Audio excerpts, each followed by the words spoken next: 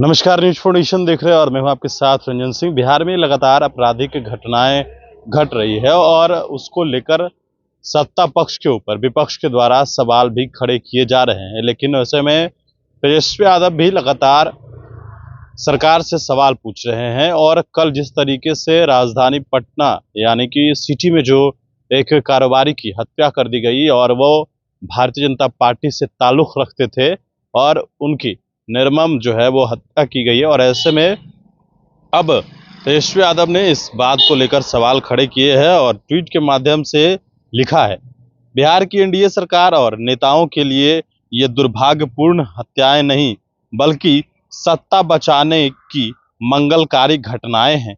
अब इन्हें जंगल राज कोई नहीं बोलेगा क्योंकि बीजेपी शासन में है।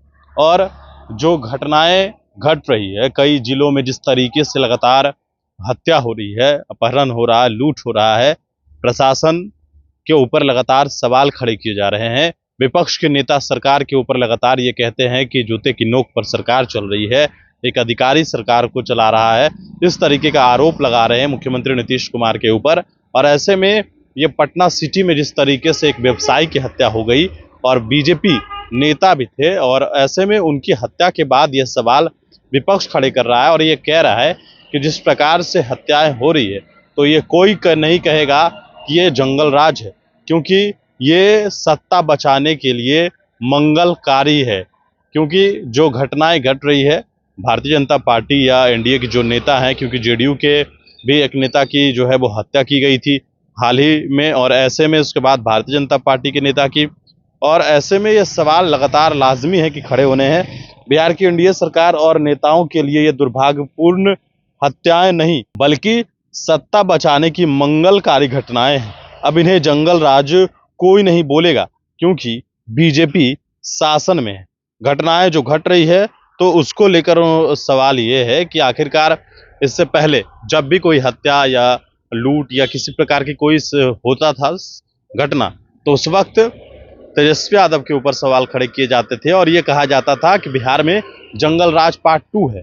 और ऐसे में जंगल राज पार्ट 2 जब नहीं है, यानी कि आरजेडी सरकार में नहीं है, तो अब भारतीय जनता पार्टी सरकार में है, तो ये जंगल राज नहीं है। हालांकि लगातार हत्याएं हो रही है, उसके बावजूद भी जंगल राज नहीं, और जो हत्या हो रही है तो वो सत्ता बचाने की मंगलकारी काम है।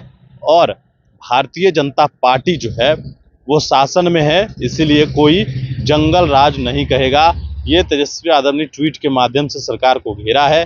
कल भी उन्होंने 42 जगहों पर जो घटनाएं घटी थी उस घटना का जिक्र किया, किस तरीके से बेतिया, अलग अलग जिलों में जो घटना हुई, जो हत्या हुई, उन तमाम चीजों को लेकर तेजस्वी यादव ने सरकार को घेरा था। और आज फिर से जंगल राज नहीं है बल्कि भारतीय जनता पार्टी की सरकार है। पनोरमा ग्रुप, जो सोचता है वो करता है।